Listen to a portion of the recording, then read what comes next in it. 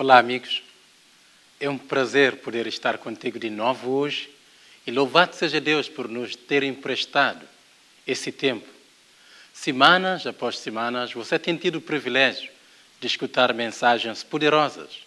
Agora depende de ti o que vais fazer com todos esses esclarecimentos, com todas essas verdades que Deus tem te dado até agora. É um pouco custoso fazer esse programa chegar até você, mas nós não temos importado com isso, porque as mensagens que têm chegado até a ti são mensagens da parte de Deus. E Ele tem como providenciar financeiramente para que estas mensagens possam continuar ao teu alcance. Hoje, o que vais poder apreciar na mensagem que vais ouvir é a dieta alimentar. Muitos não importam com o que comer, com o que beber. Um bom atleta é aquele que tem uma boa dieta alimentar, porque isto interfere no seu sucesso ou no seu fracasso. Para nós, como cristãos, importa a nossa dieta alimentar. E através da mensagem de hoje, biblicamente, vais poder aprender muitos detalhes importantes, porque, como diz aquele ditado, nós somos o que comemos. O que comemos interfere diretamente no nosso relacionamento com Deus. Então, que Deus te possa abençoar e fique atento. E não te esqueças de tomar sua nota, porque possivelmente vais poder averiguar isso detalhadamente com a nota que você vai poder tirar enquanto o pregador estará passando a mensagem. Que Deus te possa abençoar. Fique com a mensagem que virá a seguir.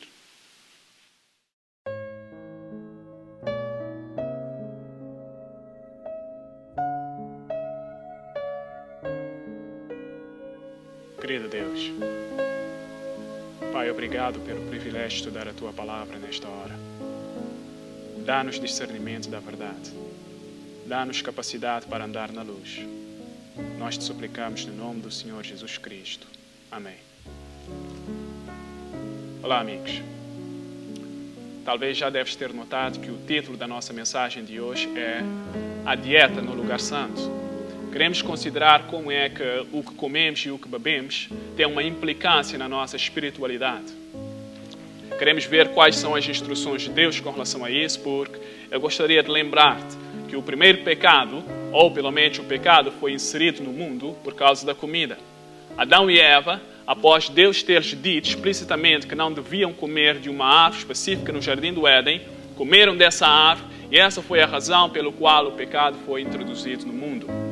Mais tarde, quando Jesus Cristo, nosso Senhor, Salvador, veio a este mundo e começou o seu ministério público, a Bíblia diz-nos que ele foi levado para o deserto, onde Satanás veio tentá-lo, e após passar 40 dias e 40 noites sem comer, Satanás veio com a tentação: se tu és o Filho de Deus, transforma essas pedras em pães. E Jesus Cristo diz-lhe claramente: nem só de pão vive o homem, mas de toda a palavra que sai da boca de Deus. O nosso Senhor e Salvador foi vitorioso na questão do apetite. Adão e Eva falharam nessa questão.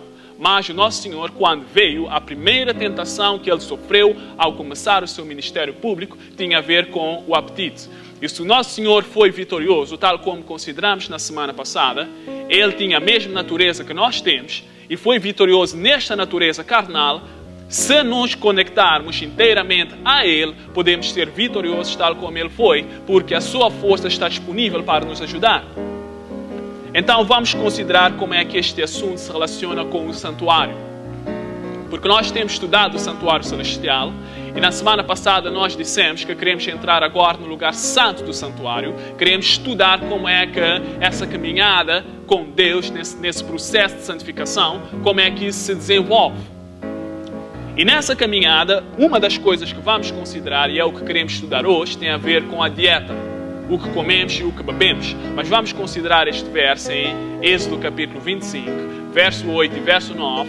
Essas são as instruções que Deus deu a Moisés com relação à construção de um santuário. Nós lemos o seguinte: E me farão um santuário, e habitarei no meio deles, conforme a tudo o que eu te mostrar para modelo do tabernáculo, e para modelo de todos os seus pertences, assim mesmo o fareis.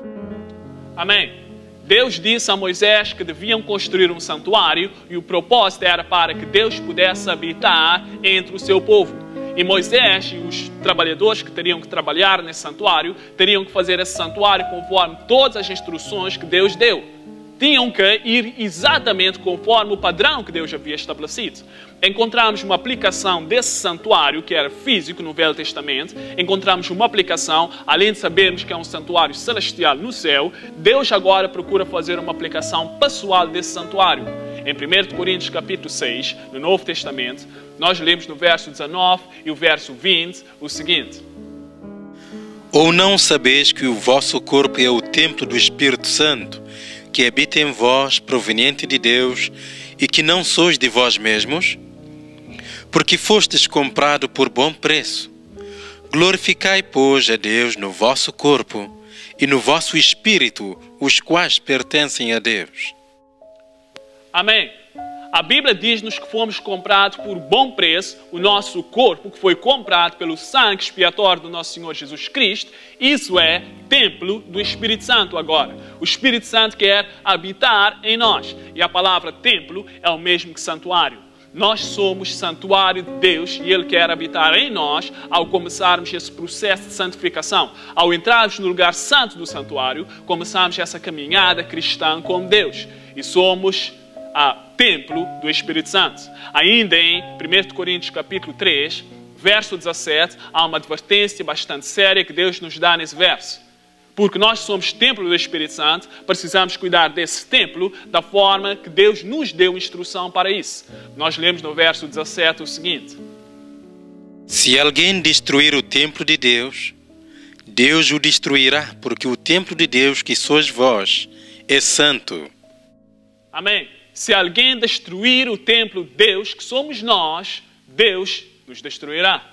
Ou seja, nós temos instruções como é que devemos cuidar desse corpo, instruções dadas na palavra de Deus. E se nós, propositadamente, ignorarmos esses conselhos e fizermos da forma que nós queremos fazer, e tudo o que fizermos para contaminar esse corpo, nós nos candidatamos à destruição. Deus diz que se nos destruirmos a nós mesmos, esse templo, que é o seu templo, acabaremos por ser destruídos e será a destruição final. Não queremos fazer isso. Não queremos contaminar esse corpo com algo que Deus não aprova. Aliás, mesmo no Velho Testamento, na linguagem do santuário, quando Deus disse a Arão e aos seus filhos que eles deviam entrar dentro do santuário para ministrar, eles deviam entrar com bastante solenidade, com bastante respeito no santuário de Deus. E Deus disse-lhes que não poderiam trazer bebidas alcoólicas para dentro do santuário. O que é que não poderiam trazer para dentro do santuário? Bebidas alcoólicas. Em Levítico capítulo 10, verso 8 e até o verso 10, nós lemos o seguinte: E falou o Senhor a Arão, dizendo: Não bebereis vinho nem bebida forte, nem tu nem teus filhos contigo, quando entrardes na tenda da congregação, para que não morais. Estatutos perpétuos será isso entre as vossas gerações. E para fazer diferença entre o santo e o profano, e entre o imundo e o limpo. Amém.